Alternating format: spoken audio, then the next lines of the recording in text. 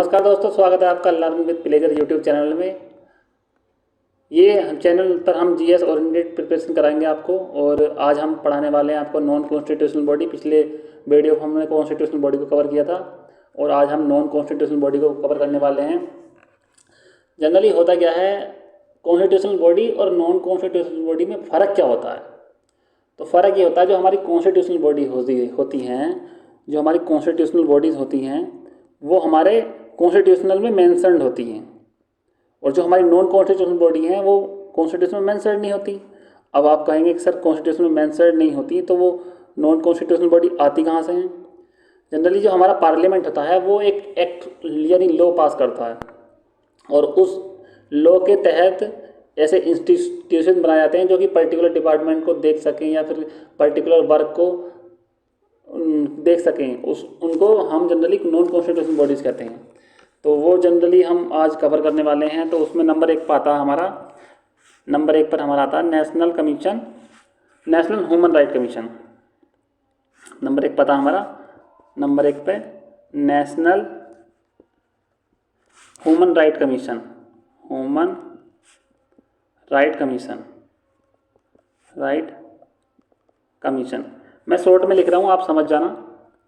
Second number पर हमारा आता है, सेकंड नंबर पर होता है सेंट्रल इंफॉर्मेशन कमीशन। अब सेंट्रल इंफॉर्मेशन कमीशन ये सेंट्रल में भी होता है, स्टेट में भी होता है। तो जनरली हम ये होता है हमारा central and state, central and state information commission, information commission. Number 3 पर हमारा आता है नीति आयोग, नीति आयोग। नीति आयोग के बारे में आपने सुना भी होगा। जनरली जो हमारा प्लानिंग कमीशन है, प्लानिंग कमीशन था जिसके अंदर हमारे 5 ईयर प्लान्स आते थे, तो उसको रिप्लेस करके अभी ये नीति आयोग कर दिया गया है। और इसके चेयरमैन जो होते हैं वो प्राइम मिनिस्टर होते हैं, प्राइम मिनिस्टर। और नंबर 4 पर हमारा आता है number central vigilance commission, central vigilance commission. Number 5 Lokpal and Lokayukta, Lokpal and Lokayukta, Lokpal और लोकायुक्त के बारे में आपने सुना होगा। लोकपाल जो होता है हमारा सेंट्रल में होता है और लोकायुक्त हमारा स्टेट में होता है। जनरली ये किस काम आते हैं? ये जो गवर्नमेंट का काम होता है उसमें जो करप्शन होता है उस करप्शन को चेकिंग करने के लिए ये लोकपाल और लोकायुक्त बनाए जाते हैं। 6 नंबर पर आता है हमारा national commission for women, national commission for women. Number 7 national disaster management authority, NDMA, national disaster management authority.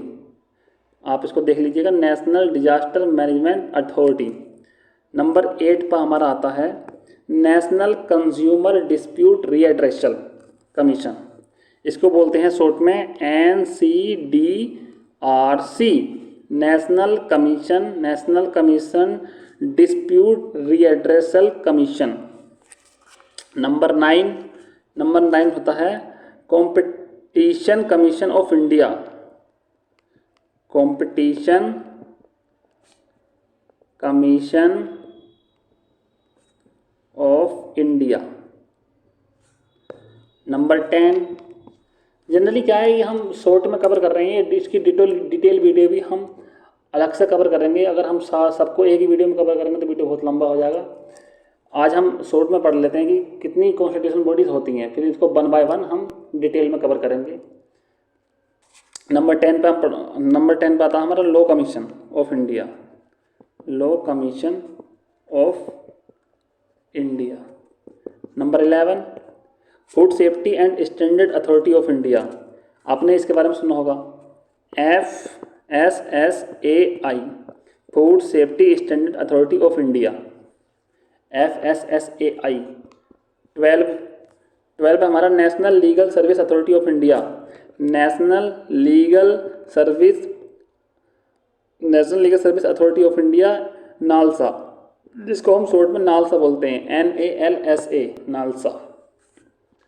13 हमारा था national green tribunal, national green tribunal,